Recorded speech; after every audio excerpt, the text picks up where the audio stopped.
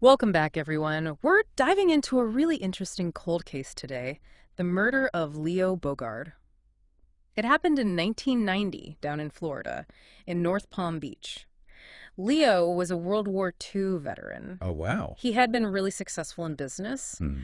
but sadly, he was a widower, Okay. and he was found stabbed to death in his apartment.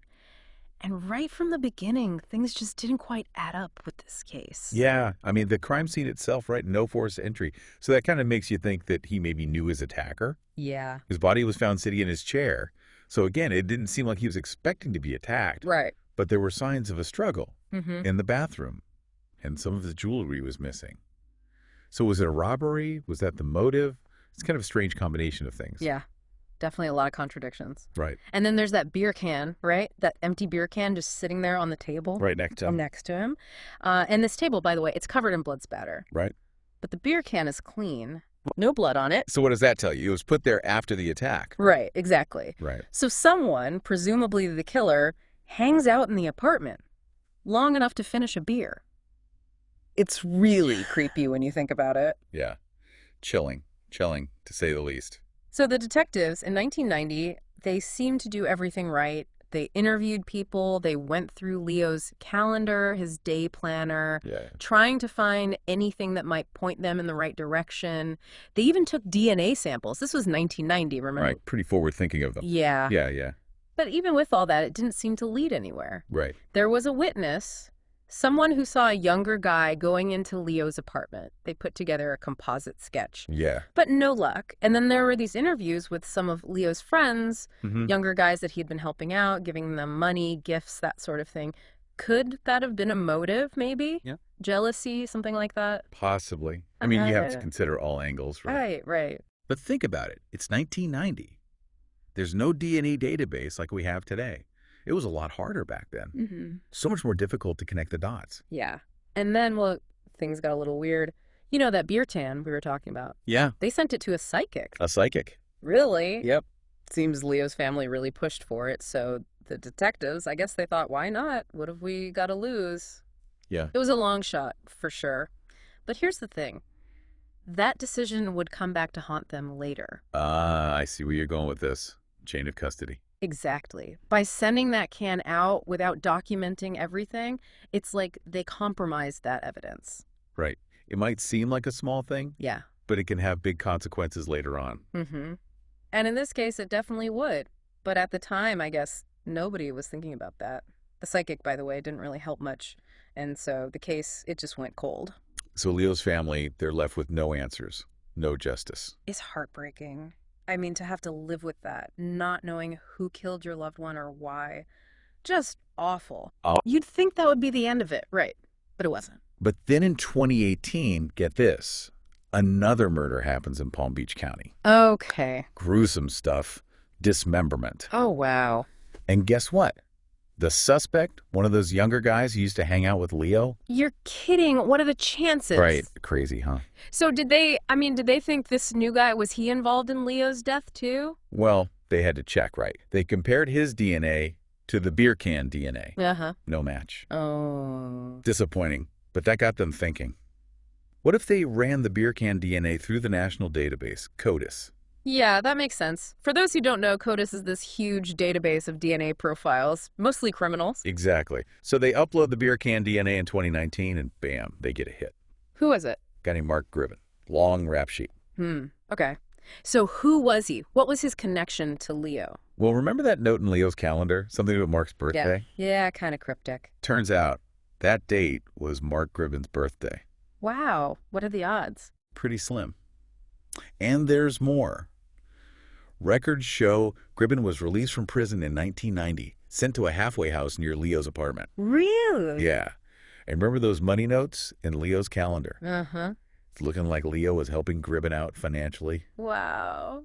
So sad. Leo, trying to do a good thing, maybe, and this is how it ends. Yeah.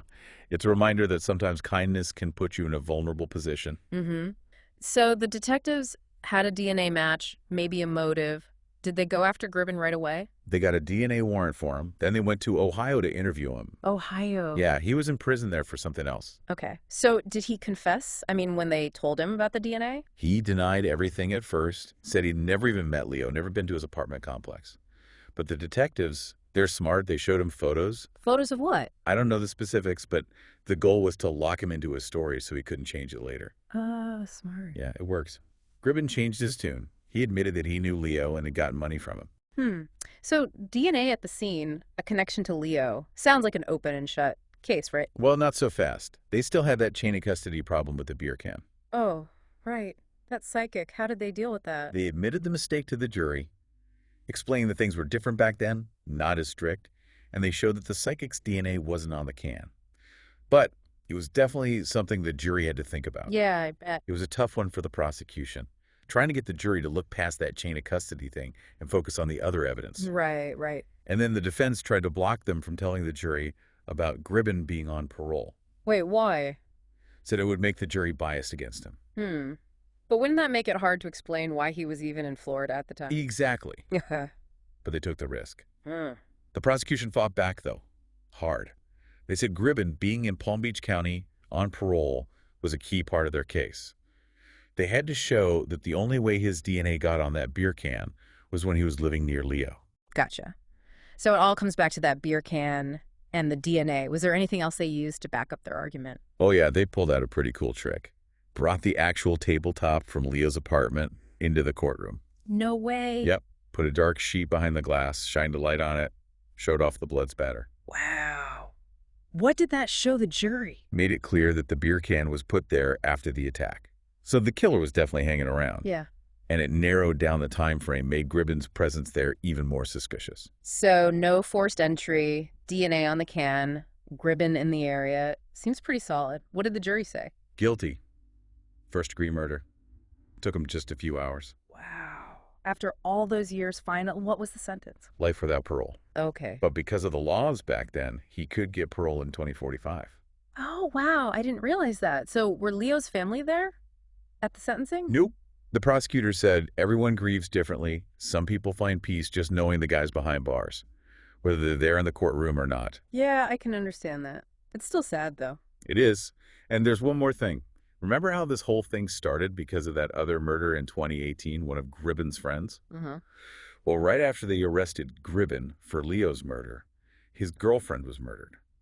And just like that first one, her body was dismembered. Oh, my God. Do they think Gribbon did it? He was already locked up, thankfully. Yeah. But yeah, it's a possibility. Both cases are still unsolved. Man, that's just awful. So many people affected by this. It makes you think about how these things just ripple outward, you know? Yeah, absolutely.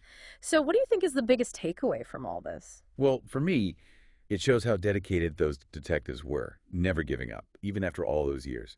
And it proves how powerful DNA technology is. Even something like an old beer can crack a case wide open. But it's also a cautionary tale. Chain of custody matters. That mistake almost let a killer walk free. No doubt about it. Well, that was quite a deep dive. A case that seemed open and shut, then a huge mistake. But in the end, technology and good old-fashioned detective work won out. It really makes you think. What would you have done if you were on that jury? Could you ignore that chain of custody issue? Yeah, that's a tough one. It makes you wonder about how our justice system works, how we decide what's right and wrong. Definitely something to think about. Well, that's it for our deep dive into the Leo Bogard case. Thanks for listening, everyone.